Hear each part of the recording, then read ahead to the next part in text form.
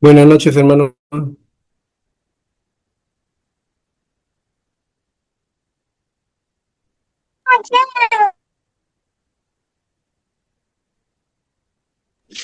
Buenas noches. Buenas noches, pastor. Buenas noches. Buenas noches a todos. Disculpen la tardanza. Esta vez llego tarde yo. Bueno, de todas maneras estamos aquí. Saludos a Astrid, Cristian, Wilson, William Cabello, Julio César, Adi, Roger, Zulin también, Buenas noches, pastor. y Leoncio. Y luego acá dice un invitado. ¿Quién es el invitado? No tenemos el nombre. Ujú.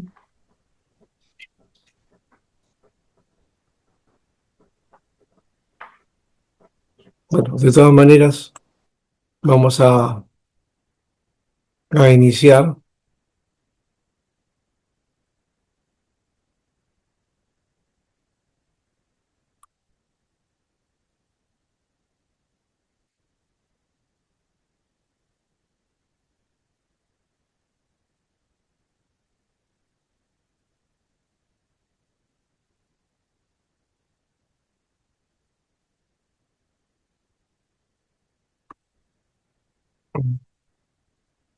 Ya, en cuanto a la asistencia lo vamos a hacer después porque tengo dificultades acá con esto.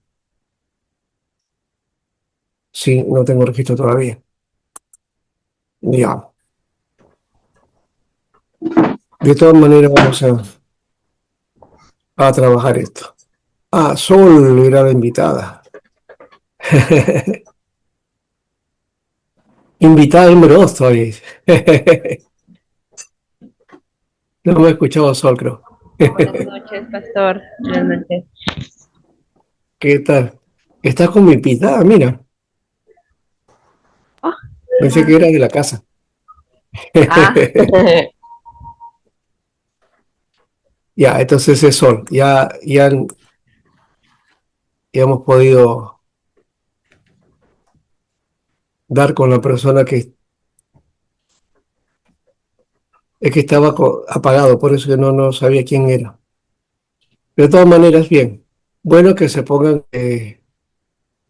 su cámara, por lo menos para verlos en clase una vez o en algún momento, y también para que, si podemos todos, pues nos podemos tomar una foto también, porque no, generalmente no hacemos eso, ¿verdad? Pero sería muy bueno para que quede como para la posteridad y también que ya no puedan reclamar ustedes si faltó o no faltó. No, no tuviste la clase, acá está. ¿Ya? Y, y cualquier otra cosa, pues si hay una dificultad para llegar a tarde o temprano o a la clase,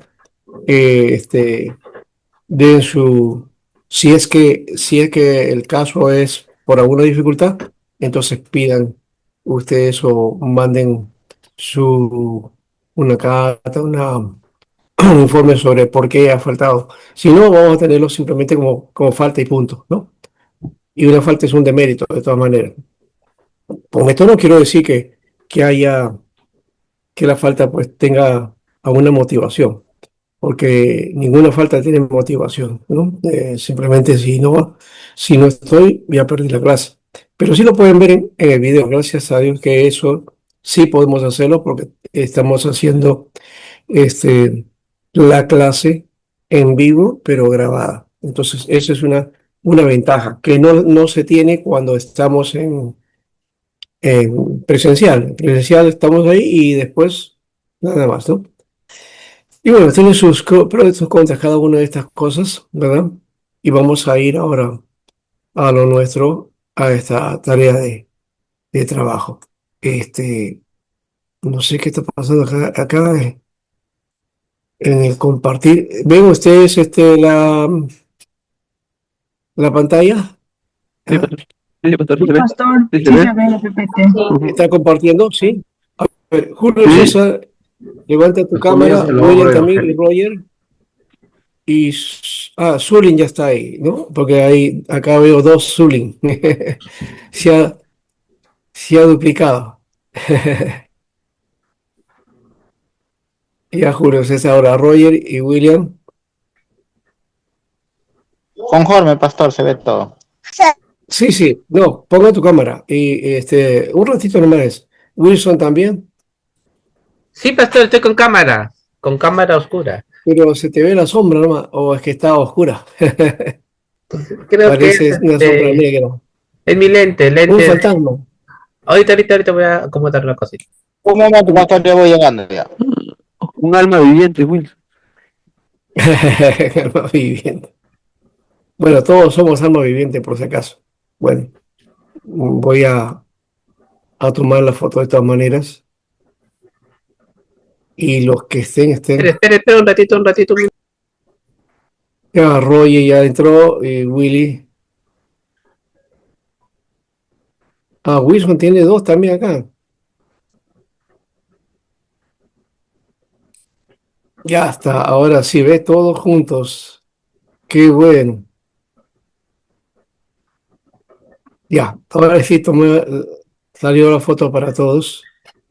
Entonces somos 1, 2, 3, 4, 5, 6, 7, 8, 9, 10 y 11. 11. Buen número. Ya. Comenzamos entonces con la tarea. Eh,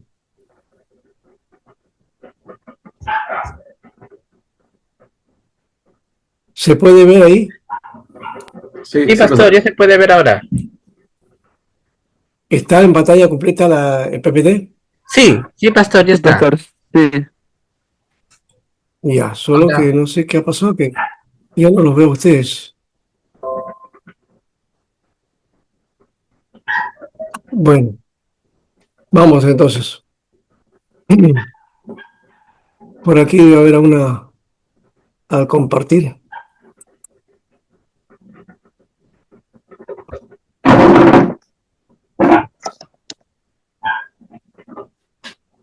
Ujú.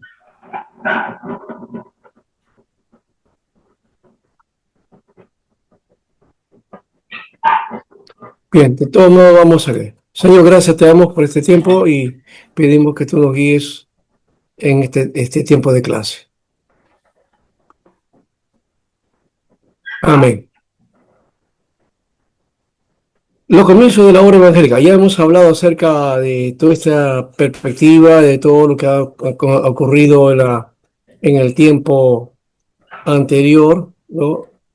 Digamos, dentro de la colonia, la época después de la independencia, ¿no? Eh, Creo que nos olvidamos un poco de hablar acerca de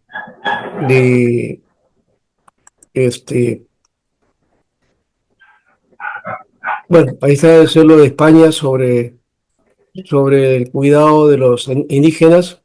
Ahí hablamos de Bartolomé de las Casas también, de la acción misionera católica, de la cual eh, los españoles pensaban ser los portadores de Cristo. De ahí viene el nombre también de Cristóbal Colón, que creo que mencionamos ese aspecto, es un nombre Cristóforo, ¿no? Que habla de, no, foros no es aquí, es való que es llevar, ¿no? Y bueno, la mentalidad es que el español venía eh, guiado por Dios, ¿no? Y que ellos tenían entonces la capacidad y la potestad de tomar esas tierras como suyas, ¿no? Y todo dominio, y a toda la gente también, ¿no? La protección de los niños, como Fray Bartolomé de las Casas, Toribio de Mogrovejo, y también hablamos de José María de Costa, que reconoce el valor de los indígenas y escribe un libro llamado Procurando la Salvación del Indio, está en latín, de Procuranda Intorum Salute. De paso, este libro fue analizado por el misionero Stuart McIntosh, ¿ya? Y quien hizo una tesis acerca de esto, y con esa misma tesis, esa tesis fue para su doctorado, ¿no? Con eso consiguió su doctorado en misiones, ¿no? Este, y ahí trabaja todo lo que José de Acosta plantea sobre la justificación por la fe y la gracia de Dios, ¿ya? Que lo atribuía también para los indígenas, ¿no? Porque eso era parte también eh, del hecho del mensaje, ¿no? Los indios también son posibles de la gracia de Dios. Y todo ser humano es posible de la gracia de Dios, ¿no? Porque Cristo murió por todos, no por algunos nomás, ¿no? La idea de la primacía, ¿no? De los pueblos o de las personas, hoy día lastimosamente se ha levantado eso como una fuerte oleaje dentro de las tendencias que hay en el mundo, ¿no? Este, esa, ese integrismo que hay eh, de cierto sector que asume ser lo mejor del mundo, lo mejor de la humanidad, y que domina y quiere dominar a los demás o despreciar a los demás, ¿no? Es ese integrismo que habla de esa visión de la primacía de un tipo de personas sobre otras, ¿no? Eso no es correcto ni es evangélico, así sean evangélicos los que proponen eso, ¿no? No es evangélico eso, ¿no? Ni bíblico. Aquí José de María de Acosta está planteando entonces su propuesta y la plantea desde el sentido de que todo hombre, toda persona es digno delante de Dios de recibir la justificación y que todo humano, toda persona tiene alma, ¿no?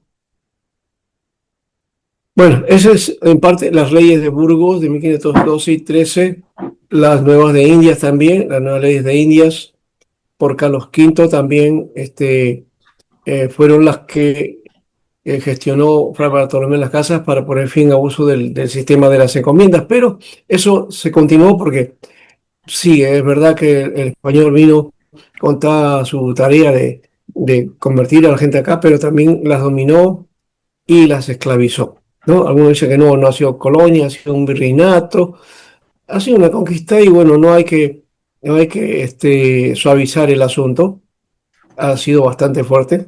Quizás no ha sido tanto como lo fue, digamos, el otro lado europeo, que fue a África o Estados Unidos, ¿no? O a lo que ahora es Estados Unidos, ¿no? Donde sí arrasaron con todos y todos los nativos casi desaparecieron, ¿no?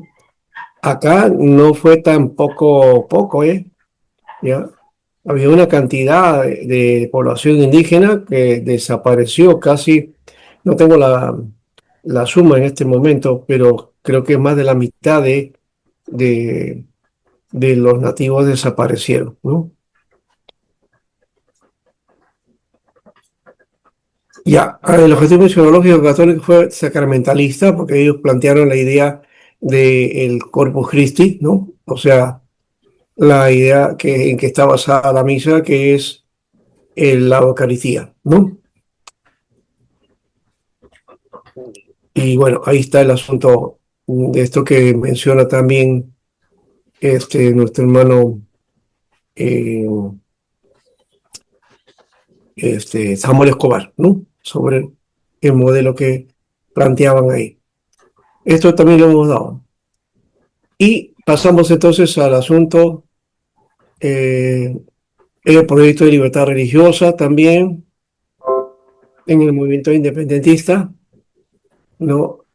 Que no partió de las aspiraciones de las masas populares, sino de la necesidad de consolidar la independencia del resto de América y hecha por los criollos, ¿no? Es decir, por los nacidos, españoles nacidos aquí en esta tierra, ¿no? Aunque ciertamente un español nacido en esta tierra era considerado igual que allá, ¿no? Pero había ciertas desventajas y esas desventajas lo ponían en segundo lugar y eso no gustaba y por eso se buscó la independencia, ¿no? Y se planteó la idea de librarse de España, pero no sí del sistema de gobierno, ¿no? Un sistema monárquico era lo que pedía San Martín, pero Bolívar quería un gobierno republicano, ¿no? Mucho más abierto, ¿no? Y ahí fue el conflicto entre ellos, ¿no? Bueno, tenemos entonces aquí este aspecto. Dice, San Martín encontró en el Perú una ideología independentista global. Los que abogaban por la independencia y el dominio de España eran los criollos o españoles nacidos en las colonias, celosos del privilegio de los españoles peninsulares. Y, y por eso fue necesaria una fuerte y continua contienda ideológica para profundizar la mentalidad independentista en nuestro país y lograr el objetivo de la independencia. Los aliados de San Martín y Bolívar en su proyecto de establecer la total libertad en el Perú, incluyendo la religiosa, fueron los liberales, tanto en el clero como entre los laicos. Miembros destacados del clero liberal llevaron adelante el plan de San Martín, implementaron un sistema educativo popular basado en la Biblia como texto de lectura y promovieron al educador evangélico escocés Diego Thompson, ¿no? Que trajo el sistema lancasteriano. Sistema educativo que fue llevado a todos los países libertados por propuesta de San Martín y que tuvo éxito donde se implantó. En el Perú tuvo aceptación y las escuelas establecidas duraron más que las fundadas en Chile, llegando a tener difusión nacional bajo la dirección del padre José Francisco Navarrete, quien sucedería a Thompson cuando él dejó nuestro país, ¿no? Sin embargo, a pesar de la eficacia del sistema, llegó a prevalecer la oposición de los conservadores, que creían que la educación de las clases inferiores producía ideas subversivas, incredulidad religiosa y conmoción social. Estas tres propuestas son lo que ahorita también está presente, ¿no? Algunos creen que la educación, pues, crea gente que no, que se va a rebelar, dicen, ¿no? ¿No? Y es por eso que la educación que tenemos en el Perú es deficiente, en el interior sobre todo, ¿no? Bueno, San Martín quiso introducir la libertad de culto y otras reformas liberales, pero no logró obtener la aprobación del Congreso peruano porque estaba compuesto por mayoría de sacerdotes, ¿no? Obtener la aprobación del Congreso ya no ya, entonces la clase alta aliada con el clero conservador, incentivado por las bulas contra la independencia dadas por el Papa Pío VII y León XII, influyeron poderosamente para que esto no ocurra. Fíjense, los papas de aquella época se fueron contra la independencia de estas tierras, ¿no? Ellos no estaban de acuerdo. Bueno, porque también habían intereses ahí, ¿no?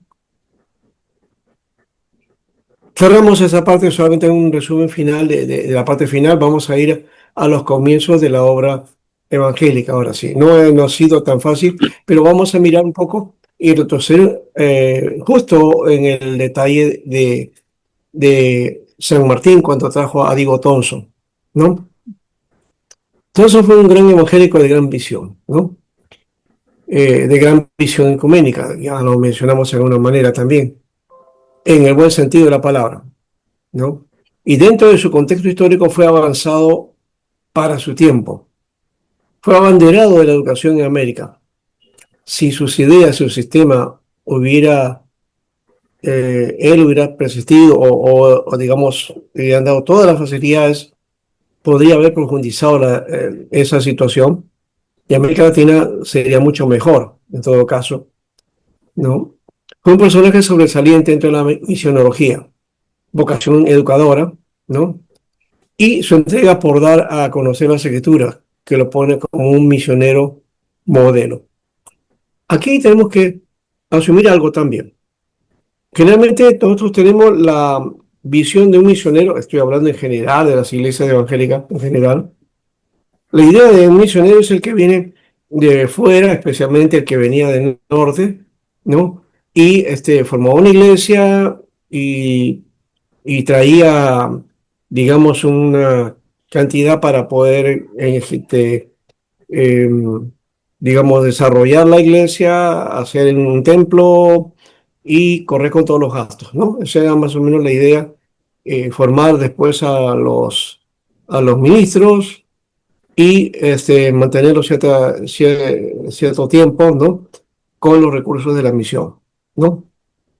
Eso es un modelo que se tuvo en el comienzo y a una manera había persistido, quizás no la ayuda, pero sí esa, esa idea o esa imposición de traer entonces iglesias del norte hacia nosotros, pero con el mismo modelo, con la misma forma, ¿no? Se reprodujeron de ese modo y así lo puso el misionero americano, ¿no? Ahora, todo eso fue un pastor bautista escocés, ¿no? Dicen que fue de familia presbiteriana. Se lo conoce como el precursor de las misiones protestantes en América Latina, ¿no? No fue un misionero como tal, es decir, no se dedicó a la misión, que generalmente siempre es formar una iglesia, ¿no? Formar una iglesia o un centro especial, ¿no? De donde ahí multiplicar la obra y hacer otras iglesias, ¿no? O sea, una especie de centro evangélico o una estrategia misionera de ese tipo. Él más bien en las misiones planteó también la educación como tarea importante. Algo que hemos dicho en la iglesia evangélica en general no se tiene como objetivo primero. Primero es evangelizar, luego ya tenemos una iglesia, ya tenemos esto, ya, ahora hagamos un colegio, ¿no? Y si la cosa es más sólida, bueno, hagamos también un consultorio o una clínica, pero no empiezan con esta tarea a la par, ¿no? Eh, Eso es la diferencia y creo que los misioneros coreanos que cuentan la historia ahí en Corea es que los misioneros iban a Corea, no fundaban iglesias, formaban colegios, formaban clínicas, hospitales, hasta universidades también. Luego de eso, entonces, cuando ya iban ganando gente, personas, entonces se formaban las iglesias, ¿no? Entonces es otro tipo de tarea misionera, ¿no? Entonces la educación también es de misión, ¿no? Y eso creo que deberíamos poner como impulso también entre nosotros, ¿no? No he visto colegios o la IP Cristope todavía no tiene esa propuesta, ¿no? Pero formar colegios, formar instituciones que nos permitan también forjar la educación, ¿no? Y esa es una tarea también de misión que hay que hacer. Bien, ya sabemos que Atonso entonces lo envió a la Sociedad Bíblica Extranjera, ¿no? De Inglaterra, Argentina. Fue un colportor. Un colportor es un promotor de Biblias, ¿no? Llevaba Biblias, vendía Biblias, ¿no? Entonces, él gestionó con las autoridades de Buenos Aires adoptar el sistema de lancasteriano de educación, ¿no? Por eso se hizo en contacto con San Martín, pero también ese contacto era porque entiendo que ellos estaban, San Martín estuvo en la logia Lautaro y se entiende que era masón. Y también habían protestantes que en esa época, ¿no? También eran parte de la masonería. Eso llama la atención porque hoy día el mundo de la vía de América o de Norteamérica siempre nos ha inculcado de que la masonería es mala, que es terrible, satánica y todo eso.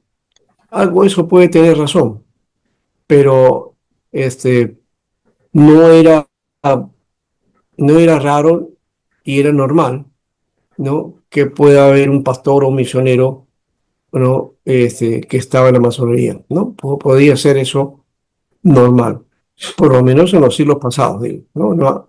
No ahora, que se hace mucho la diferencia. Bueno. Tenía como fin establecer escuelas normales y escuelas populares bajo los sistemas de enseñanza entonces diseñada por Joseph Lancaster, ¿no? De ahí, este, la base de, digamos, la base textual de la educación era la Biblia, ¿no? Y los alumnos mayores enseñaban a los menores, ¿no? Bueno, en Argentina entonces aprobaron el plan de Thompson, lo nombran como director general de las escuelas de la ciudad, ¿no? Y se comienza a distribuir miles de Biblias, ¿no? La que adoptó Thompson fue la lectura de la Biblia del padre Felipe de Asío de San Miguel, ¿no? Una Biblia católica publicada más o menos por 1701, ¿no? Algunos dicen que es la primera Biblia, ¿no? La de Felipe de Asío. Hoy día ya no la usan. Usan la Biblia de Jerusalén, usan la latinoamericana, ya no usan creo que Nácar Colunga tampoco, ¿no? Ni la Bober Cantera, que eran las de antes, también la Biblia Paulina, no sé, hay muchas Biblias que del mundo católico se han hecho en versión castellana, ¿no? Nosotros tenemos hasta hace poco nomás la Reina Valera, pero ahora ya pasó la Reina Valera, ahora la NBI, la Biblia textual, la nueva traducción viviente, la otra, eh, la Biblia para todos, pero creo que algo se llama así. Bueno, hay varias versiones hoy día, las Américas, ¿no? Que son de corriente evangélica.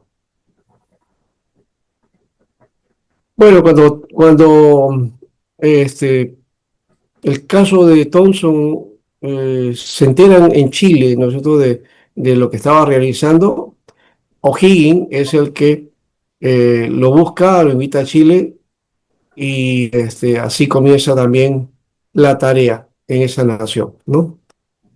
De la misma manera, ¿no? Aplicó el sistema, ¿no? Y los resultados fueron similares, ¿no? Pero estuvo menos del año propuesto, porque en esta nación sí hubo oposición del clero, ¿no? Y cuando en Argentina, el Libertador estaba pues viendo todo lo que está ocurriendo, ¿no? En Argentina y Chile, él lo invita para organizar la educación pública en el Perú. San Martín estaba en Perú, ¿no? Entonces el viejo llega al Callao, ¿no? Y al día siguiente se presenta ante el Libertador, ¿no? Y repite el proceso. Bueno, aquí entonces fue en el momento entre los comienzos de la independencia, ¿no? Porque fue en 1822 que llega, ¿no? El clero conservador había sido desterrado, gran parte, ¿no?, de esto, y por eso es que él encontró colaboradores entre el clero y los políticos liberales, ¿no? Aunque sí había oposición del clero conservador católico del que quedaba, ¿no? Fíjense que en el país, no sé en qué momento haya cambiado la figura, pero el,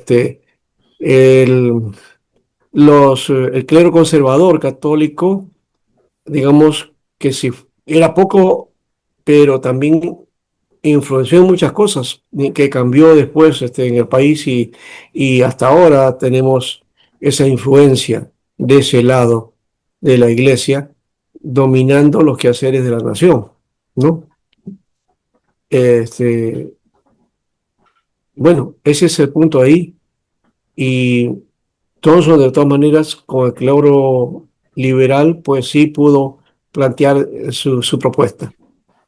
De hecho, creo que no fue del todo, y hemos dicho también que, bueno, el 6 de julio, el decreto sale el 6 de julio del 22, se ordena el inicio de la escuela normal y las escuelas públicas con el sistema lacateriano, y ese sistema disponía también, bueno, ese decreto disponía que el convento dominicano sería la primera escuela normal del Perú, ahí va a funcionar, ¿no? Este, Se abrió el 19 de septiembre, pero no se empieza en ese tiempo, ¿no? Varios meses después, ¿no? Y tenía 12 estudiantes al comienzo y luego el grupo creció a 100, ¿no? Fue al revés de algunas instituciones cuando empezamos, eh, bueno, se empieza en las admisiones, se empieza en una cantidad y luego reduce. Acá no, acá fue al revés, ¿no?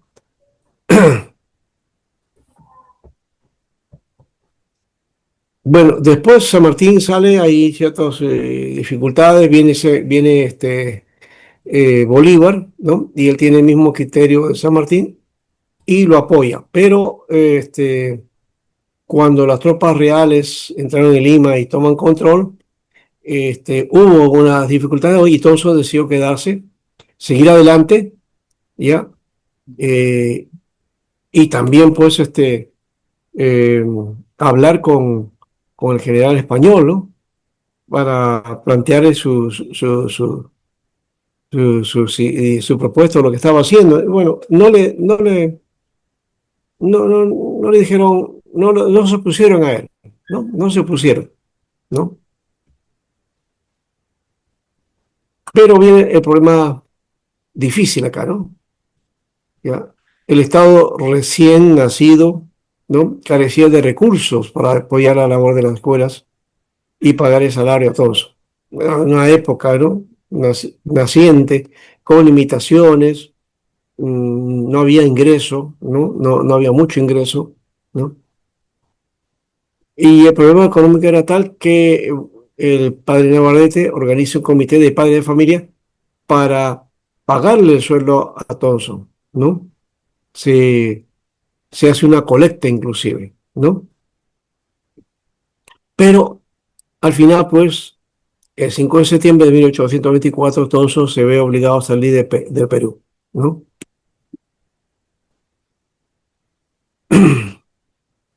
No sé si podemos hacer por ahí un videíto acerca de esto, pero no, o ver ese video, porque hay un video con respecto a Thompson y toda esta historia, ¿no? Por lo menos voy a presentar algunos, el decreto que sale y no sé si tengo ahí la carta, el documento que plantea Thompson también sobre lo que él hacía aquí en Perú, ¿no? Bueno, este sistema educativo, este, se da también en Colombia. Él funda la primera sociedad misionera del continente y en Cuba recorrió la isla distribuyendo el texto sagrado y murió en Londres en 1854, ¿no? Entonces estuvo en varios países. Entiendo que también estuvo en México, me parece, por ahí, ¿no? Thompson también, que se abocaba a la educación, básicamente esa era su ocupación, ¿no? Pero tenía un vivo interés en la distribución de las Sagradas Escrituras y estaba convencido de que las nuevas repúblicas requerirían profundizar en libertad mediante el conocimiento liberador de la verdad. Así que el movimiento independentista vio a Thompson como la mayor oportunidad para introducir las escrituras en el nuevo mundo, ¿no? Él vio entonces ese movimiento de esa manera, porque era la oportunidad. Introducir las escrituras y por eso mantuvo relaciones con la sociedad bíblica extranjera para proveerse de Biblias, ¿no? Dicen también que él trabajó un Nuevo Testamento en quechua, pero que no existe el material. Creo que está en una biblioteca o una universidad chilena. Ahí está una edición de ese Nuevo Testamento, ¿no? Ahora, de acuerdo a Kessler, ¿no? Que es el que, digamos, historiador, el que hace una investigación sobre la historia del evangelismo en el Perú, ¿no? Y él dice que la obra de Thompson no debe considerarse como uno de los primeros intentos misioneros protestantes en el continente, sino como el primer ejemplo de cooperación católico-protestante, ¿no? Y eso se puede denotar en la estrecha colaboración que tuvo Thompson con sacerdotes católicos liberales y recibió de parte de ellos su mayor apoyo, ¿no? También, por otro lado, su experiencia personal lo llevó a escribir una proporción razonable de los sacerdotes sudamericanos con hombres morales y de los describió de esa manera, ¿no? Como sacerdotes sudamericanos como hombres morales y devotos, ¿no? Él describió, por ejemplo, a Navarrete y lo escribió de esta manera, que él era un sacerdote muy digno, amante de la educación y de la Biblia. Ahora, estando en Lima, Brigham encontró 4 cajones de Biblia de los cuales estaba dirigido a Thompson, las que decidió vender a precios muy bajos y en algunos casos los regaló. Brigham es otro misionero que también vino más o menos por esa época. Él sugirió a la sociedad bíblica que subsidiara la venta de Biblias y Nuevos Testamentos. Y esto fue lo que se hizo como una política de distribución de las escrituras. Y a continuación, hasta más allá de la mitad del siglo, eso ha continuado más o menos de la mitad del siglo XX, ¿no? A Brigham se le ha criticado por el Consejo de la Junta Americana de Comisiones para Misiones en el extranjero de no fundar una obra evangélica en nuestro país hasta que se fortaleciera la postura liberal en el gobierno. Mahamonde dijo que esto hizo que se perdiera interés en la evangelización de parte de nuestra América, ¿no? Y vamos a ver esos antecedentes ahora, sí. Ya hemos dicho que Thompson se debe especificar como el final de su vida que comienza a manifestar su deseo de establecer una obra misionera evangélica en América. En su labor pública actuó sobre base de una perspectiva ecuménica, incentivando la estima que había entre varios miembros del clero por las escrituras y su utilización en la educación pública. Por otro lado, el movimiento evangélico tiene su origen en el protestantismo, ¿no? Está relacionado o es heredera de alguna manera, ¿no? El término protestante tuvo su razón de ser histórico en el contexto de la Reforma Protestante del siglo XVI. Sin embargo, las ramas de las iglesias que se formaron no desarrollaron un programa misionero al estilo americano, ¿no? De eso. Este hecho se revela claramente en las decisiones del Congreso Misionero de Edimburgo en 1910, declarando que América Latina no es campo de misiones, y esto impidió que las iglesias protestantes hicieran obra misionera en nuestras tierras por mucho tiempo, ¿no? Fueron otras ramas de la iglesia reformada que derivaron del movimiento protestante que estaban relacionados a los anabaptistas, los pietistas y los puritanos, los que desarrollaron gradualmente conciencia misionera. Eso en la historia se ve así. Los pietistas, los moravos, luego el mover de santidad, ¿no? Todos ellos planteaban entonces la tarea misionera, ¿no? Enviar, ¿no? Evangelistas, misioneros al mundo, ¿no? Así veía la misión. Y así nació también el concepto de misión, ¿no? Ese concepto de misión en realidad es misión transcultural, ¿no? Porque se envía a alguien a otra cultura, ¿no? A otra nación, a otro pueblo y a otro mundo, ¿no? Eso es transcultural. Lo que no se ve es que la iglesia hace misión y debe hacer misión y está haciendo misión en su lugar de influencia. Que no lo haga en una manera hay un potencial, pero que no lo realice o no lo termine o a veces seamos indolentes frente a eso, esa es otra cosa, esa es la responsabilidad nuestra, ¿no? Pero una iglesia debe ser misionera, una iglesia que está en un lugar debe darse a conocer en ese lugar, no ser una iglesia extraña, que lastimosamente eso es lo que generalmente ocurre, ¿no? Una iglesia está en una localidad, ¿ya? Y está varios años y no conoce a los vecinos, no conocen a los pastores, no hay una relación entre ellos, el vecindario los ve ajenos y ellos también ven ajeno al vecindario. La gente que viene generalmente viene de fuera, de otros lugares, ¿no? Que a veces algunos viajan de lejos para llegar a la iglesia y no son del mismo lugar, ¿no? Ese es un detalle que creo que ocurre. Son pocas las iglesias que sí tienen influencia dentro de su barrio, dentro de su lugar, y la gente que es parte de la iglesia, son miembros de la iglesia, son de alrededor del lugar, ¿no? Esas son iglesias muy pocas, no sé. Ese detalle, por ejemplo, me gustaría saber de parte de ustedes cómo está, ¿no?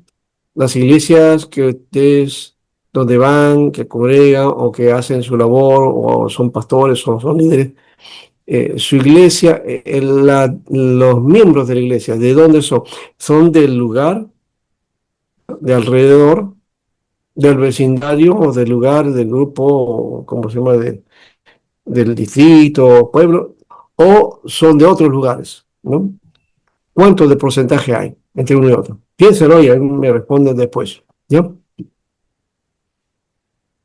Ahora, entre dichas ramas reformadas que llegaron a llamarse denominaciones, podemos mencionar a los metodistas, los hermanos libres, los presbiterianos, los bautistas y otros. Estos llegaron a conformar el movimiento evangélico llamado evangelical en Europa, ¿no? El movimiento evangelical. Cuando América Latina se abre la influencia externa en el siglo XIX, eh, España había practicado y tenía una política económica de cierre de puertas. Solamente España podía usufructuar de los bienes y recursos de estas tierras, ¿no? Y veían como enemigo otras naciones y otros pueblos, no los permitían, ¿no?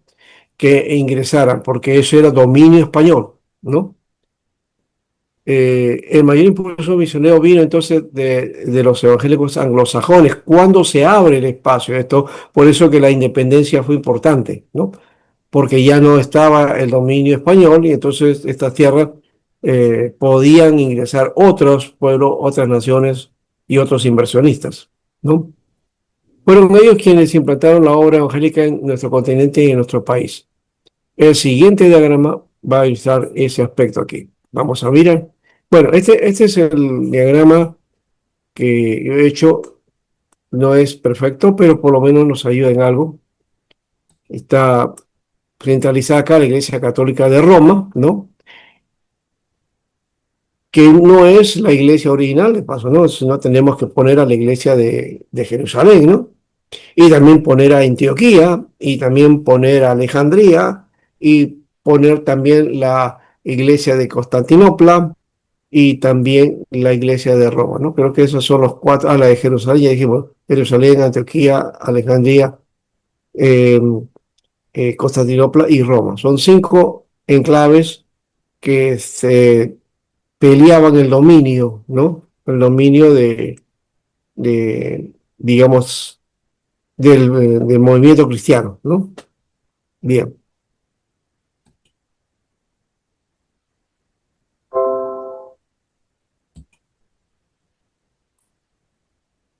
Entonces, dentro del movimiento que fue creciendo, la iglesia del occidente fue tomando dominio, ¿no? La iglesia de Roma, y trató de dominar sobre las demás.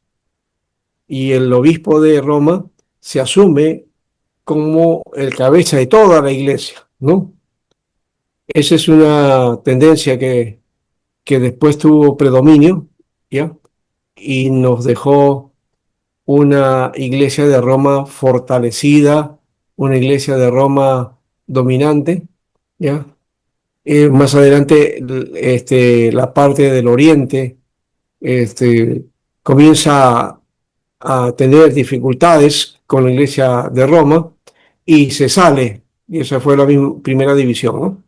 La iglesia ortodoxa, ¿ya? Y se queda Roma solamente, y después en 1517 se produce el movimiento protestante, ¿no? Con la denuncia de Lutero con respecto a las actitudes y forma de enseñanza de la iglesia, ¿no? De las prácticas doctrinales que no estaban de acuerdo a la palabra, ¿no?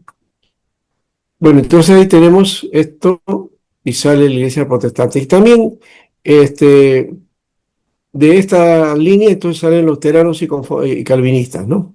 De la otra rama salen los anglicanos, pero que son una especie de híbrido y por eso lo he puesto aquí, ¿no? Tienen parte costumbres católicas, pero también tienen parte de costumbres protestantes, ¿no? Y de esta línea van a salir los movimientos evangélicos propiamente, ¿eh? Es curioso que van a salir por acá, por este lado, ¿ya? Y de los cristianos y calvinistas, bueno, también van a ser evangélicos, pero no son básicamente evangélicos eh, tal como se conoce hoy día el mundo evangélico, ¿no? Son otro tipo de evangélicos más de corte histórico, más protestantes, ¿no? Y que asumen otra postura diferente con respecto a la tendencia que tienen las iglesias evangélicas populares, ¿no? Bien, de aquí está entonces también los no conformistas, que eran los anabaptistas, y que sale lo que eso se le llama también este, la reforma radical, ¿no? La reforma radical. Entonces, por ese motivo, está por este lado, pero separado de uno de otro, ¿no? Porque no son parte de esto, ¿ya? Entonces, el pietismo y los puritanos están dentro de la línea también, ¿no? De los anabaptistas bueno, los menonitas, ¿no? El menonismo, que fue un movimiento bastante grande. Los bautistas fueron después, en todo caso, ¿no? Bien. Pero del calvinismo también sale entonces la iglesia presbiteriana, que es muy fuerte en Escocia, que con también otro grupo que es los Hermanos Libres, que sí también son corte calvinista, y da entonces el mundo evangélico, ¿no? Entonces, básicamente todos entonces están dentro de ese colchón, ¿no? El evangélico, ¿no? Son una mezcla, una variedad, no somos eh, de una mismo pensar, de una misma criterio, hay variados criterios, pero somos evangélicos, ¿no? Nos marca muchas diferencias, pero estamos dentro del mundo evangélico, ¿ya? Hay que ver también eso, también cómo clasificar, porque este tiempo, y también por otro lado las denominaciones ya están como que en retroceso, ¿no? Ya no es lo mismo que antes. El mover de las denominaciones ya tuvo su tiempo, hoy día está venido a menos, y por eso que hay iglesias que van surgiendo, ¿no? Otros movimientos y otros movimientos, y hay tantos que uno se puede confundir porque no sabe si es o no es, ¿no? Este es otro aspecto también. Pone entonces la reforma protestante por acá, ¿no? Anglicanos, luteranos y calvinistas, ¿ve? Luego también dentro del luteranismo el pietismo, y también dentro del metodismo también, lo fusiona también con el pietismo, ¿no? En cambio, el calvinismo no tiene mucho de esa figura del pietismo, aunque hay algunos que han ido planteando ese aspecto, ¿no? Bien, entonces acá tenemos, esta es una figura, una ilustración, esta es otra también, ¿no? Que nos plantea a nosotros cómo se va y cómo desarrolla el movimiento, ¿no?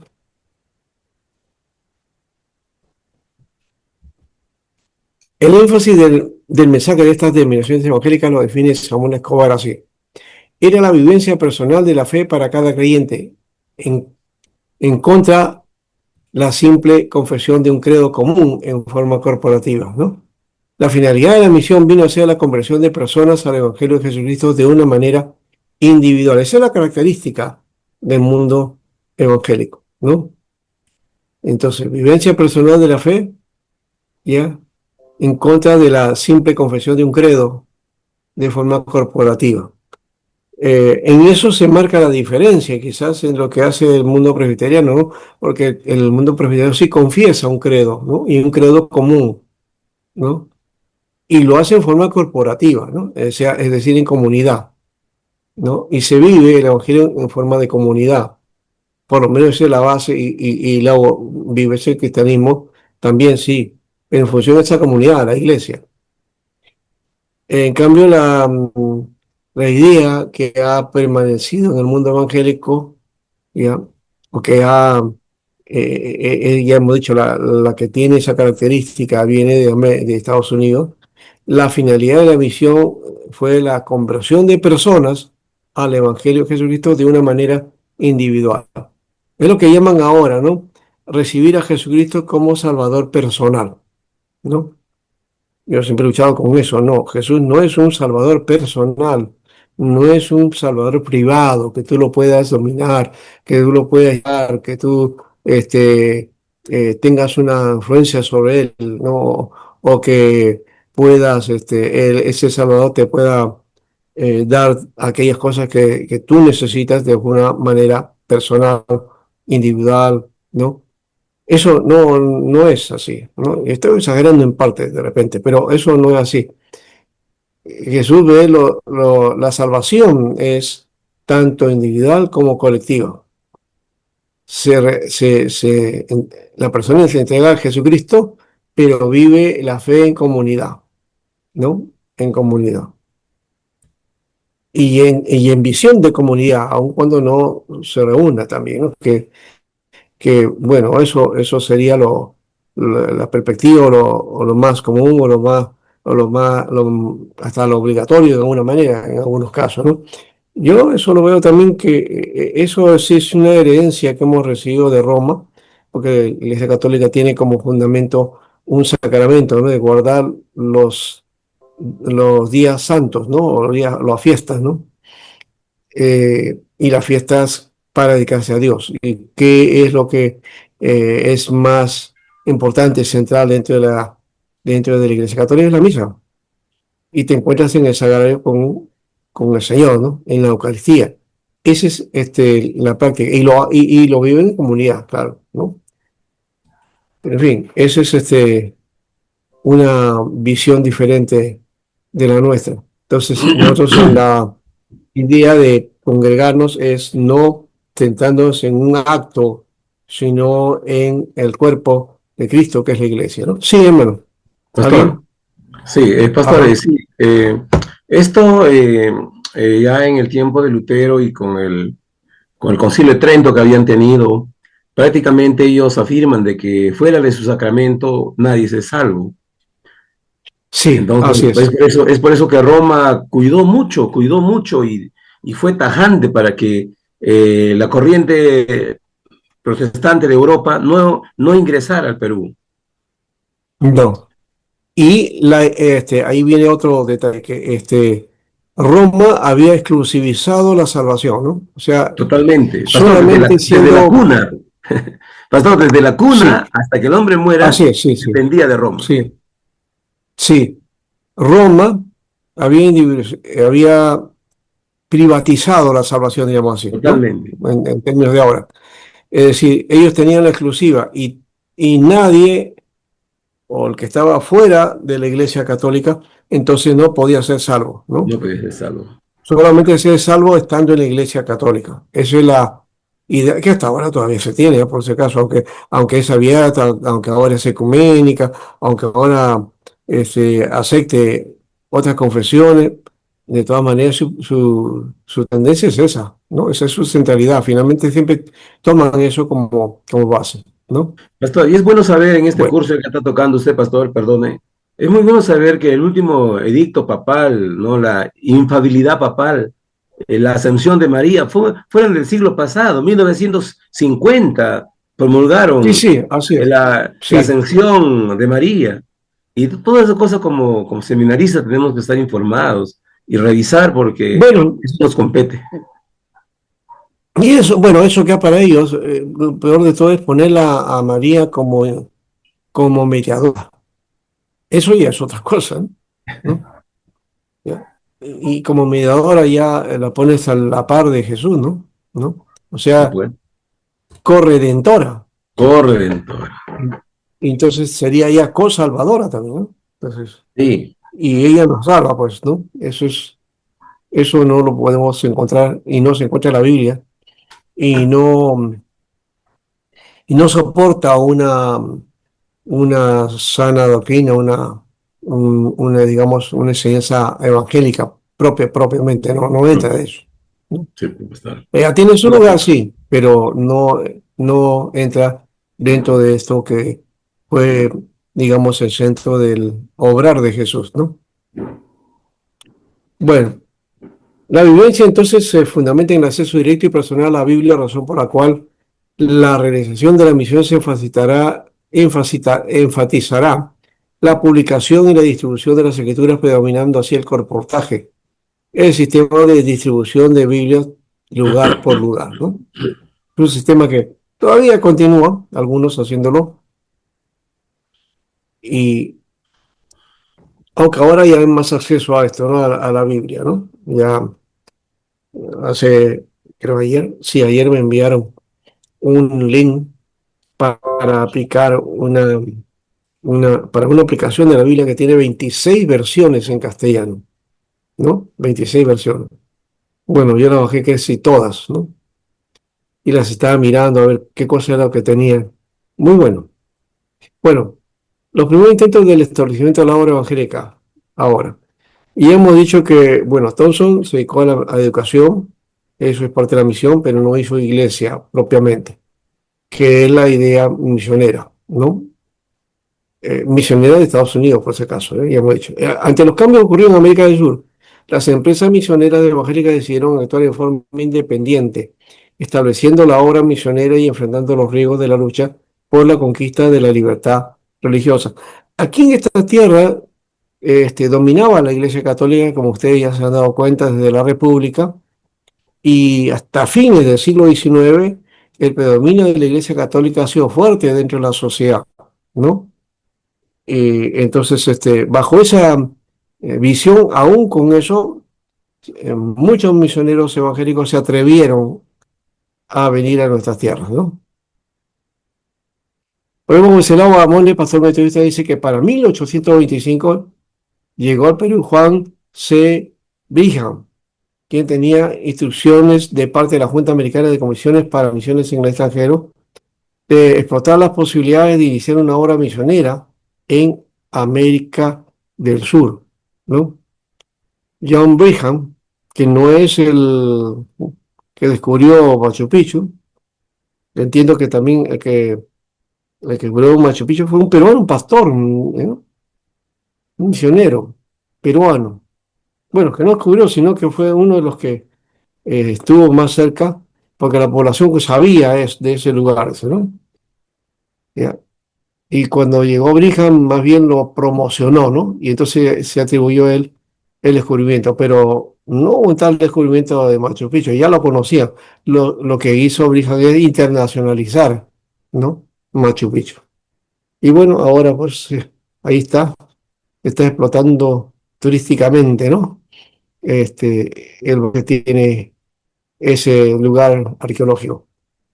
Yo creo que en Perú tenemos muchos lugares arqueológicos, mucho más, digamos, que podríamos darle fuerza y valor agregado a eso, ¿no? Por ejemplo, Caral, ¿no? Que está cerca, aquí nomás de Lima, son 150 kilómetros más o menos de Lima, por Barranca, ¿no? Eh, este, ¿Cómo se llama el lugar? No recuerdo ahorita, tiene un nombre medio raro también por la zona, pero Caral es un resto muy antiguo de una de las primeras ciudades que se conocen en América Latina, ¿no? Una de las primeras, pero no sé la Sí, única, porque pastor, ya se ha así. encontrado otra más, ¿no? Se ha encontrado otra más por ahí. Entonces nuestro territorio tiene mucho para ofrecer, ¿no? En cuanto a turismo. Bueno, ahí nomás dejamos eso porque ahí hay mucho por hablar. Los primeros intentos de establecimiento aquí es este aspecto de acá. Entonces, pues el lado menciona a Brigham y vamos a ver a los protestantes y los no conformistas. Tanto en Europa protestante como en América Latina surgieron los no conformistas, ya hemos hablado de ellos, ¿no? Los anabaptistas, los menonitas, todo eso. Personas que reaccionaban ante la decide de las iglesias protestantes en cuanto a su culto público y la tarea de la evangelización, ¿no? Los no conformistas empezaron a desarrollar una perspectiva misionera y eventual llegaron a formar las primeras denominaciones evangélicas. Estos no conformistas, de paso, No, los otros eran radicales. Estos son los no conformistas que no estaban a gusto con las iglesias que se habían desarrollado, forjado, ¿no? A partir del protestantismo, ¿no? Lo que hicieron es, digamos, salir de Roma, pero mantener quizás las tradiciones, ¿no? O trabajar unas tradiciones, pero que no los combinaban a predicar el evangelio, ¿no? Ya asumían que la gente era cristiana, ¿no? Eso los mantuvo lejanos a una tarea de misión, ¿no? Y por eso salen los no conformistas, ¿no? Los que no se conformaban a esa postura, ¿ya?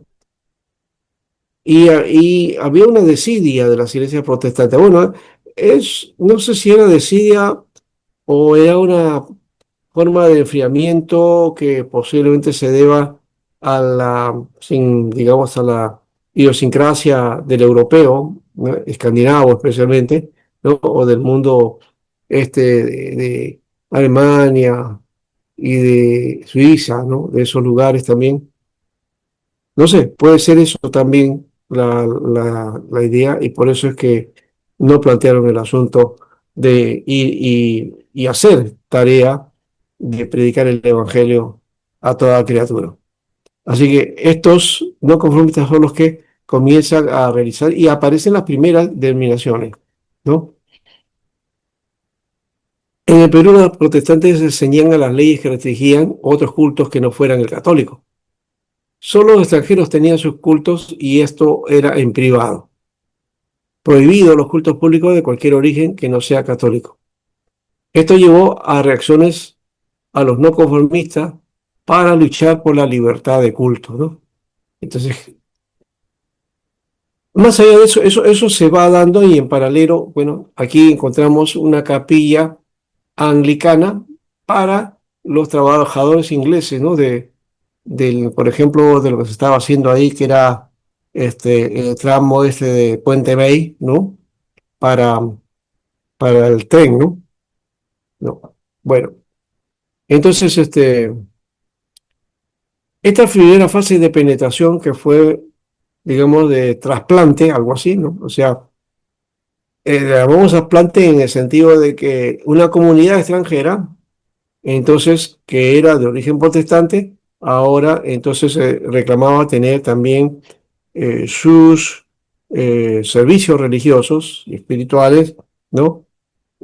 Por su fe. Entonces, enviaban un pastor y entonces se formaba una capilla o se formaba una iglesia, ¿no? Que era exclusivamente para ellos, ¿ya?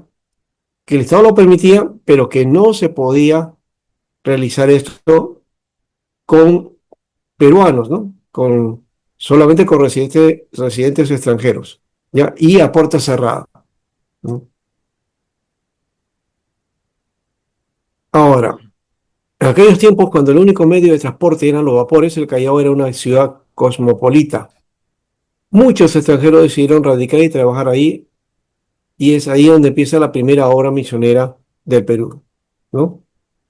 Una misión, pero con extranjeros. Fueron los residentes británicos anglicanos quienes decidieron tener una capilla para su culto mensual, ¿no? Exclusivo en inglés a partir de 1849, ¿no? No tuvieron perspectiva misionera y su testimonio no era mejor que el de los católicos. Inclusive, uno de sus capellanes llegó a convertirse al catolicismo en 1879.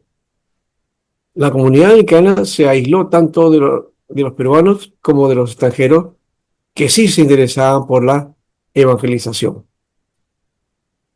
En 1864 la capilla anglicana del Callao tuvo como capellán a un no conformista. Este se llamaba William Cathcart, con 80 niños y 20 de los cuales eran peruanos. La escolita constituyó el nexo de este misionero extranjero con la sociedad peruana, sin quebrantar la ley del culto que era exclusivo para protestantes extranjeros, ¿no? Bueno, cuando muere Cathcart, la capilla cayó en abandono la escuelita desaparece y un periodo largo, ¿no es cierto? Y se fue repitiendo la historia de la iglesia anglicana que en nada contribuyó ni a la evangelización de la sociedad peruana ni a su desarrollo, ¿no? O sea que se abandonó esa tarea. Un primer intento, sí se puede llamar así, fue en 1877. Un empleado extranjero del puerto que era miembro de la Iglesia Evangélica de los Hermanos Libres de Escocia, se asoció con una familia luterana no conformista de apellido Peterson y con ellos formaron una pequeña célula evangélica de la casa de la familia mencionada. Y en un breve tiempo llegaron a tener cultos también en castellano para compartir el evangelio con los peruanos. Más adelante, la señora Peterson se hizo bautizar como adulta, rompiendo su tradición protestante luterana, ¿no? Ustedes saben que los luteranos no bautizan adultos y son bien radicales con esto. En la iglesia presbiteriana todavía sí se hace el bautizo de adulto, ¿no? Aunque hay el bautismo infantil, que básicamente en el caso del bautismo de niñez se hace en la iglesia luterana, que eso es lo normal para ellos, ¿no? Ese todavía tiene una carga de tradición de la iglesia católica, ¿no? Que es la que ha mantenido esa tradición, ¿no? Aunque esta familia no tuvo apoyo de ninguna agencia misionera extranjera, con toda justicia se puede decir que son los precursores de la obra misionera en el Perú. Y así se inicia la iniciativa de plantar iglesias evangélicas. Ese esfuerzo fue aislado, ¿no? De los Peterson. Y sucedió otro que en su comienzo también fue iniciativa independiente. Es la de el evangelista y pastor, ¿no? Francisco Pensotti. A diferencia de los Peterson, al mismo tiempo representaba también a la Sociedad Bíblica Americana, ¿no?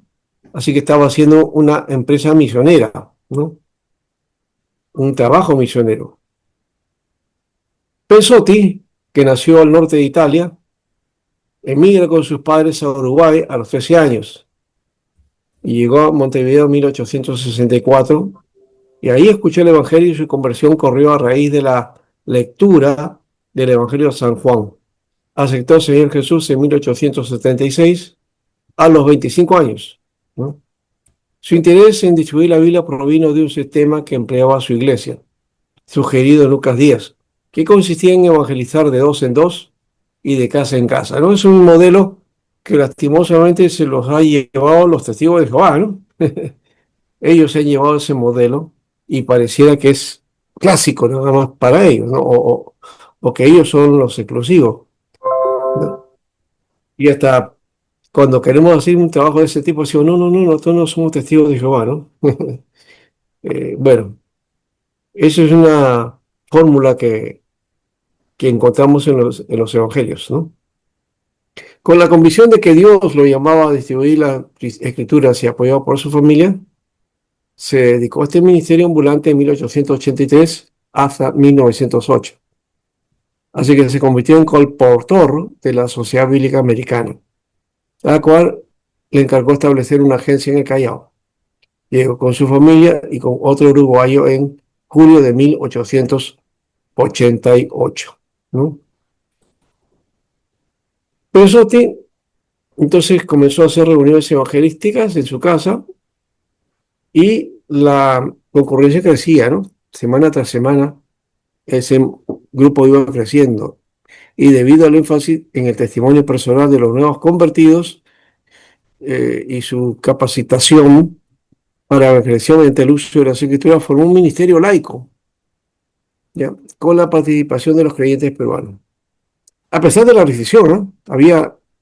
Estaban restringidos, no se podían reunir, ¿no? A puertas cerradas. Aún así la asistencia crecía y la intimidación a los concurrentes a los cultos que ya se estaba dando, ¿no? Por medio de los sacerdotes. Aquí cuentan una historia interesante, fíjense esto. En cierta ocasión el sacerdote Vidal y Uría le puso candado a la puerta cerrada de la residencia de Pensotti, mientras el grupo estaba reunido. No habiendo otra salida de la residencia, o sea, no se podía salir de otra manera. Y la situación se hizo difícil. Pero gracias al hermano Manuel Rubio, que llegó tarde al culto, al ver la puerta con candado, probó con la llave que tenía y por milagro la puerta se abrió sin dificultad. Vidal y Uría, quien observaba todo esto desde el otro lado de la calle, levantó las manos y exclamó: estos herejes tienen la protección del diablo. Esa es una anécdota interesante de cómo es que se oponían a que la iglesia pues se reúna, ¿no? Bueno, y atribuían que eso era pues, ellos eran del diablo, ¿no? Y tenían la protección, claro, del diablo, si es que eran del diablo. Bueno, aquí está el salón en el cual comenzó la obra evangélica en 1888 en Callao, ¿no? Ese es el frente, es decir, la pared principal. Las inscripciones en las paredes demuestran la animosidad de los frailes contra Pensotti. No sé si esta casa ya debe haber sido derribada, pero esta es una foto que digamos, se pudo graficar y quedar para la posteridad, ¿no? Muy bueno. Como el grupo fue creciendo y llegó a más de 300 personas, se vieron con la necesidad de pasar a otro lugar más amplio. Simultáneamente, Pensotti y sus colaboradores establecieron una agencia en el Callao destinada a servir de base para la distribución de Biblias en Perú, Bolivia y Chile. Pensotti fue un viajero, ¿no?, incansable, y en su recorrido por Latinoamérica se enfrentó a diversos obstáculos. Penetró en villas a pie y a lomo de mula. Bueno, como era en esa época, ¿no? No, no podemos decir que fue algo exclusivo o grande, no, no, esa es una forma, ¿ya? Que era más difícil, por supuesto, de lo que es ahora, ¿no? El movilizarse, las horas, los días, la fatiga y todo lo que conlleva hacer viajes largos, ¿no? A diferentes lugares del país, ¿no? Fue perseguido por fanáticos religiosos y estuvo en cárceles varias veces. A unos meses de su llegada al Callao, por ejemplo, mientras distribuía, ¿no?, en Arequipa, fue encarcelado con sus colaboradores y después de 10 días de encierro lo liberaron. El mismo presidente Cáceres ordenó que le dejaran libre. En ese año llegó a vender 7.000 Biblias y Nuevos Testamentos. Ahora, esto que hizo Pensotti despertó la oposición del clero católico, ¿ya? Por lo que el prefecto del Callao asistió a uno de los cultos para tener una opinión personal. Y quedó tan impresionado que respondió a los curas: este hombre predica la verdad, y eso es precisamente lo que nos falta. De acuerdo a la ley establecida, se le permitió continuar, pero con las puertas cerradas durante el culto. Esta aparente tolerancia al culto extranjero exclusivo no protegió a Pensotti, porque vamos a ver lo que le ocurrió y lo vamos a dejar ahí, ¿no? Hasta para luego ir a descanso. El sacerdote José Manuel Castro lo acusó de violar la constitución de aquella época, que en su artículo 4 decía: la religión del Estado es católica, apostólica y romana. La nación la protege por todos los medios conforme al espíritu del Evangelio y no permite el ejercicio público de alguna otra. Así pues, Castro mandó arrestar a Pensotti el 25 de julio de 1890 y al día siguiente se le metió un calabozo sucio semisubterráneo que se llamaba Casamatas. Dice que es la cárcel que estaba ahí en el castillo de Real Felipe, ¿no? Es un depósito en la época de los españoles que lo convirtieron en cárcel, ¿no? Aquí está el lugar, ¿no? Pensotti se ve un calabozo de Casamata en el Perú por el crimen de predicar el Evangelio. Eso apareció en el The New York Herald, ¿no? Periódico, un diario de Estados Unidos, ¿no? Y salió publicado este caso, que se internacionalizó, es decir, se hizo conocido mundialmente esa situación de que se le estaba impidiendo predicar el evangelio y la libertad religiosa que no existía básicamente en nuestro país, ¿no? El 20 de noviembre de 1890 el juez de primera instancia absolvió a Pensotti, pero no lo puso en libertad, sino hasta consultar con la Corte Superior. El 9 de enero de 1891, la Corte Superior confirmó el fallo del juez, pero no lo pusieron en libertad para dar tiempo a los opositores que apelaran. Mientras en la cárcel Pensotti y su esposa fuera de ella sufría hambre, en esas circunstancias un visitante de Nueva York logró tomar una foto entre rejas rodeado de los demás presos. Esta fotografía fue publicada en el The New York Herald y otros periódicos del mundo y hace noticia mundial en el caso, ¿no? Todo el mundo se enteró de este caso. Esta situación llenó de ira a los liberales anticlericales, quienes produjeron un escándalo, realizaron una manifestación en Lima a favor de la libertad religiosa. Y así se produjo un movimiento poderoso de opinión pública, pues ante los tribunales ya no se juzgaba el caso Pensotti, sino el mismo Perú ante todo el mundo civilizado. La familia Pensotti entonces sufrió mucho por esta situación y por prudencia mandaron a sus hijas a Chile. La esposa de Pensotti no se dejó intimar y proveyó de alimento a su esposo, aún a costa de su propia hambre. El cónsul de Italia propuso una salida a la situación si Pensotti estuviera dispuesto a salir inmediatamente. Los Pensotti no aceptaron porque consideraron que sería reconocer la ilegalidad del culto de los extranjeros en el Perú. Él no quiso ceder, ¿no? Esto hizo que las autoridades se pusieran duros esperando obligar a Pensotti postergando la presentación de su caso ante los tribunales. Pero este hecho hizo más publicidad a su caso y aumentó el sentimiento liberal, por lo que se distinguió ciudadanos peruanos lo visitaban para ver su caso y les exponía el mensaje bíblico. El alcalde del Callao llegó a asegurar que Pensotti hacía más en la cárcel de lo que hubiera podido hacer con 10 años de trabajo fuera de ella. Y por fin, después de sufrir 9 meses de prisión por propagar la palabra de Dios, Pensotti fue puesto en libertad el 28 de marzo de 1891 a las 5 de la tarde. Fue conducido a su casa en una procesión jubilosa. Bueno, ahí tenemos entonces, no sé si podemos poner un primer mártir, pero es uno de los que sufrió la presión por predicar el Evangelio, ¿no? Ahora, los enemigos de Pensotti no quisieron darse por vencidos y amenazaban a los evangélicos alrededor de Pensotti. Estos fueron atacados por la gente y estados por sacerdotes conservadores.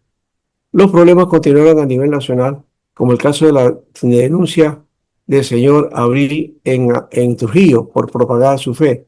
Pero la batalla legal ya se había ganado y el proceso contra él terminó en primera instancia, ¿no?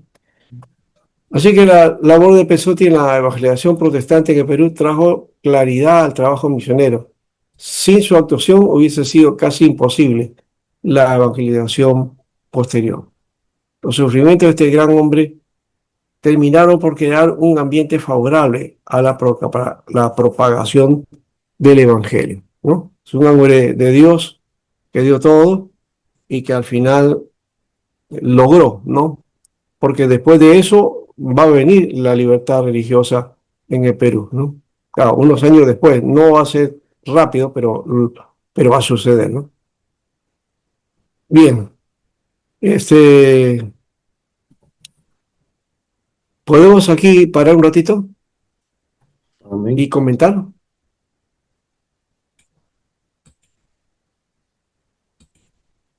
Vamos a comentar un poco de toda esta parte. Thompson y Pensotti, ¿no? Podemos hablar de esta primera etapa, ¿no? La etapa educativa de Thompson, la etapa de impulso evangelístico de Pensotti, ¿no?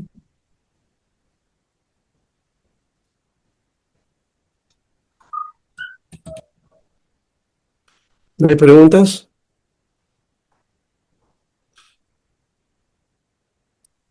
¿Qué dicen ustedes que tenemos la libertad de predicar el evangelio, ¿no? ¿La usamos de verdad?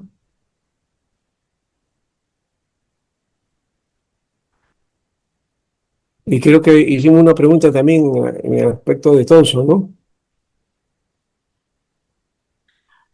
No sé si Eh, alguien se acuerda en las notas. A ver. sí, pastor, una pregunta. Tanto era el interés de Diego Thompson que convino, ¿no? con las autoridades para gestionar escuelas para el sistema lancasteriano, Ujú, pero no recibió apoyo de la parte de la nueva república que estaba gestando.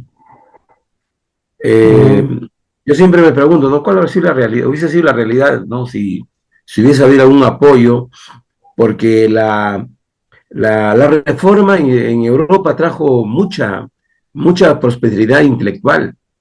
Se comenzó a educar, la gente comenzó a aprender a leer. A medida ujú, que los libros, con la invención de la imprenta, entonces, pero acá sucedió lo contrario, pues, y eso es lo que siempre ujú. sucedió lo contrario. Y ya. Eso sí me da la atención, ¿no? Porque usted muy bien lo dice, ¿no? Europa comenzó a leer. Exactamente. Europa era analfabeta. El pueblo no era educado. El pueblo no se formaba, no habían escuelas, básicamente, ¿no? Las escuelas y los profesores eran para la gente de nivel alto, ¿no? Exactamente. Por las clases nobles, que ellos tenían acceso a que sus niños, sus hijos, pudieran llegar a lograr, ¿no? A formarse, ¿no? Y para seguir la línea, pues, de los padres, ¿no? De la familia, ¿no? El pobre no tenía esa capacidad y estaba destinado simplemente a repetir la figura de sus padres, ¿no? Y la ignorancia los llevaba, pues, a no participar en muchas cosas o quehaceres de su propia nación. Entonces creo que el protestantismo ayudó y apoyó eso. Así que, y por otro lado también el fenómeno este, que si bien no fue la primera vez, ¿no? Porque la imprenta la crearon los chinos. Recuerden, Ujú. algunos decimos, no, Gutenberg fue que inventó la imprenta, y Gutenberg no inventó la imprenta. Gutenberg perfeccionó ese Así sistema es. de los chinos, ¿no? Poniéndole algunas cuñas, ¿no es cierto? Creo que Mira de metal. eran de madera, ¿no? Sí, entonces se trabajó eso él y, y en Europa pues se abrió la posibilidad, ¿no? Europa ahora sale a qué? A poder leer y poder educarse y formarse y eso es lo que ocurrió, ¿no? O sea, el Así es. protestantismo se toma ese rumbo, unido a lo de Gutenberg, ¿no? La lectura de la Biblia, y entonces la educación vino como consecuencia, ¿no? Otra Eh, cosa, pastor, a ver, perdón, otra cosa también sí, que quería resaltar es que los primeros puritanos que llegaron al norte, ¿no? Al norte de Estados Unidos que llegaron, se dice que sabían leer y escribir. Y en su sí, mayoría las mujeres claro, también sabían leer, las mujeres también. Y algo asombroso para mí, estaba revisando la información, claro, sabían leer y escribir las mujeres. sí. Entonces, ¿qué era? Una Y transformación, no digo. sí, por eso que ellos consiguieron y también consiguieron el hecho de que la mujer pues también participara, ¿no? Así Como es. ciudadana. Eso fue muy temprano, ¿ya? Pero bueno, se logró. En cambio acá hemos tardado mucho, ¿no? Demasiado, Es que pastor, la demasiado. tendencia católica del clero que era Mucho más daño, fuerte en la mucho colonia daño. era el clero conservador, que tenía sus propios intereses, ¿no es cierto? Y también el hecho que había abarcado, tenía mucho poder y todo eso, impedía que la gente se forjara o se educara, ¿no? Porque creían ellos que ahí estaba el germen de la subversión, ¿no? ¿Ya? Tenían miedo a eso, ¿no? Tuvieron miedo, por ejemplo, el caso de Tupac Amaru, ¿no? Por eso es que arrasaron con toda la familia, ¿no? Mataron a todos, no quedaron por ahí algunos, ¿no? Quedó, pero a todos los mataron, ¿no? Entonces, quisieron acabar con ese germen, ¿no? Y al final, bueno, la historia lo ha reivindicado a Tupac Amaru, ¿no? Como una persona que estaba haciendo, claro, lo hizo para un grupo de indígenas, pero quiso lograr él. Luego, Mateo Pumacao, que estuvo a favor de los españoles, después asume también su posición dentro de su naturaleza, ¿no? De indígena, y es otro también que plantea el asunto, ¿no? Ya no fue como el caso de Tupac Amaru, pero bueno, fueron los únicos que, digamos, empiezan a manifestarse, pero básicamente la independencia fue de criollos, Así ¿no? es. Los criollos. Entonces, aquí se veía como, entonces, como peligro la educación del pueblo. En Europa no. La educación del pueblo se veía como una oportunidad de desarrollo. Qué Exactamente. diferencia, ¿no? De pensamiento. Bastante, ¿Ya? bastante. Entonces, si la visión hubiera sido protestante aquí, otra hubiera sido la cosa, ¿no? Ese por un lado, aunque también por otro lado tenemos que ver este hecho, ¿no? Que el puritanismo, a pesar de todo la característica pietista que tenía, arrasó con los indígenas. Sí, Los nativos americanos fueron aniquilados, aniquilados. ¿ya? Y se hizo un genocidio con esa población. Y hay que reconocer, o sea, que protestantes evangélicos hicieron eso, ¿no? Los europeos. Así También lo es. hicieron en Sudáfrica, también lo hicieron en Australia.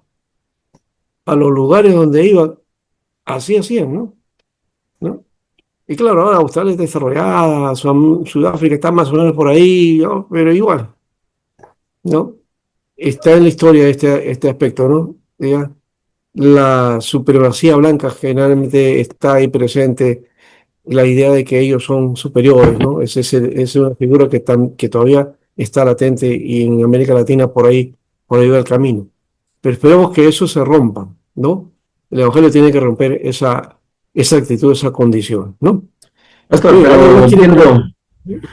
viendo nuestra actualidad, pastor, en nuestra actualidad, eh, parece que se sigue, ¿no? Se siguiera, ¿no? Porque las entidades educativas públicas han perdido tanto valor que ahora es lo privado, y lo privado ha saltado y sigue, no sé hasta cuándo será esto, pero antes la educación pública era más valorada, era Sí, sí, de más consistencia y más preparación, digamos, ¿no?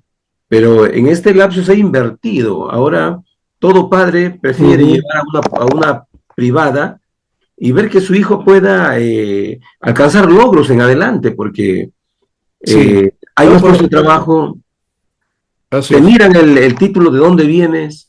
Entonces hay cierto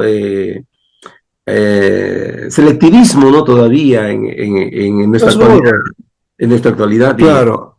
y eso no Hay se ha una roto, supremacía. Dentro supremacía. de nosotros también se sufre que hay cierta supremacía de un grupo sobre otro, ¿no? Dentro de la Así, población, ¿ya? Y entonces, y la educación es pésima, ¿no? totalmente. Los que logramos en alguna manera algo con la educación pública, ¿no? Porque yo procedo de una educación pública, Ah, no, ¿no? claro. Y lo digo así, ¿no? Mi colegio era un colegio nacional, ni siquiera era una gran unidad, era nacional, ¿no? Y la primaria en el centro de Lima y la secundaria la hice en Miraflores, ¿no? Un colegio que todo el mundo creía que era privado, pero que era realmente del Estado, ¿no? Pero era una educación que mm, creo que no tenía de qué avergonzarse frente a los demás, Así es. ¿no? Frente a los colegios privados. Pero hoy día sí, la diferencia es abismal, Total. abismal, ¿ya? Y entonces alguien quiere educar a su hijo, tiene que estar en un lugar privado, pero en un buen colegio privado, ¿no? Y también la educación universitaria también tiene que ser en un lugar, pues, el nombre nomás ya pega, ¿no? Es, Aunque yo creo que eso no es lo principal, ¿no? ¿No? Sino el cómo uno se va a desarrollar después como profesional, ¿no? De alguna manera yo tuve la oportunidad de estar en San Marcos bueno, para la maestría por lo menos. Y algo de eso, por lo menos puedo decir que ha sido San Marquino, que era la única universidad que tenía una universidad nacional, pero reconocida, ¿no? ¿No? Aunque algunos lo rechazan, ¿no? Yo he escuchado hablar así, lo que es ingeniería, ¿no? Ese marco, cualquier cosa es eso, ¿no? No, la Pontificia sí es otra cosa, es. O la de Lima, ¿no? ¿No? O la de Lima especialmente. Pero bueno, más allá de eso, hermano, el lugar donde estemos no nos hace a nosotros, somos nosotros los que hacemos el lugar. Eso me hace acordar lo que sucedió con el hermano Pablo. El hermano Pablo, eso no le gustaba el colegio, la educación. Su padre, que era misionero, dijo: ya, ¿no quieres estudiar? No, te mando al Instituto Bíblico. Y él dice que prefirió ir al Instituto Bíblico para no estudiar, ¿no? Para no seguir estudiando. Y se fue ahí para mataperrear, para bromear, dice que era terrible ahí. Cuando estaba en el último año, ahí tuvo su experiencia con Cristo. Y el hombre salió de ahí, ¿no? Convertido, y comenzó a trabajar en la tarea. Se hizo un gran predicador, Ujú. un gran evangelista. Y él mismo, por su testimonio, yo tengo ese cassette por ahí, pero lo tengo, no sé, ojalá que lo pueda recuperar. Pero es un cassette que tenía ahí de esa vez que escuché ese mensaje de él, directo. Y él dijo una cosa, él dijo que dentro de su promoción del Instituto Bíblico, que fue un instituto bíblico pequeño, desconocido, que ya no existe tampoco, ya no existe. Él fue el único que llegó a ser conocido mundialmente. De todos los demás, no estaba menospreciando, de hecho, a los otros, no, sino que él está diciendo que se trata de estudiar en algún lugar prestigioso, no es Harvard, no es cierto, no es Princeton, pero no, el asunto está en, en que qué tipo de madera somos, ¿no? Y tampoco la potencia del ministerio es conocido a todo el mundo, no se trata tampoco de ser conocido a todo el mundo, ¿no? O que brillemos mundialmente, no, no, tampoco es esa la figura. Es que tengamos una penetración, tengamos nuestra tarea, digamos, el obrar nuestro, la tarea, la misión, que sea, ¿no? Pastor, evangelista, maestro, tengamos nosotros que hacer esta tarea de una manera que podamos, digamos, instruir a estas nuevas generaciones, a los demás, ¿no? ¿Ya? Y forjarles y darles el perfil para el ministerio. Que en este caso ese seminario lo queremos de esa manera, ¿verdad? Ujú. Yo de alguna manera he hecho un granito de arena en parte, hablando de muchas cosas, decía de repente, ¿por qué no hice de repente? Porque yo alcancé mi educación, tuve dos profesiones y toda una tercera también por ahí, pero nunca le saqué provecho a eso, ¿no? Y me dediqué solamente a la enseñanza. En ese lapso, miren, si hubiera tenido la oportunidad de repente, ya hubiera salido en otros lugares y con mejor paga, pero no, no fue así. No, a ustedes no les Y aún agradezco. así cerramos el STEC, pero del STEC se forjaron 16 estudiantes, ¿no? Que llegaron a tener su título a nombre de la nación, ¿no? De esos 16, dos murieron, lastimosamente murieron dos, han quedado 14, ¿no? Y de esos 14 creo que están ahí en el trabajo y están en la obra, ¿no? Que forjándose, ¿no? Ahí está, creo, Mauricio, creo que tuvo eso, está el pastor también, ya me olvidé, pero hay varios que están ahí, que son pastores de la IP Cristo Rey, y otros que eran de fuera, ¿no? Pastores que se formaron y tienen sus iglesias y están haciendo la obra. Bueno, por lo menos hemos hecho algo que es pequeñito, pero que ante el Señor puede ser, Él conoce esos aspectos, ¿no? Muy bien, esperamos que aquí también, como un seminario pequeño, también esto se forje y desarrolle y sobre todo potencie, ¿no? Lo potencial del hipercristope se haga grande, ¿no? Entiendo, por ejemplo, que esta semana me parece, que hubo una presentación de la Iglesia Presbiteriana de Jesucristo en el Perú, dice, en el Canal 7. No logré verla, pero no sé si alguien ha grabado o tiene el video de eso, sería bueno para pasarla, ¿no? O publicarla, sería bueno, si es que se ha pasado, ¿no? Esa presentación, o si se tuvo la oportunidad de hacerla. Nos gustaría que eso sea bueno. Bueno, en todo caso, sería la primera vez que a nivel nacional estarían hablando de la IP Cristo Rey, ¿no? Sería una buena ocasión. Bueno, gracias hermano. Ahora sí vamos a tener nuestro descanso, ¿ya? Y volvemos. Unos 15 minutos.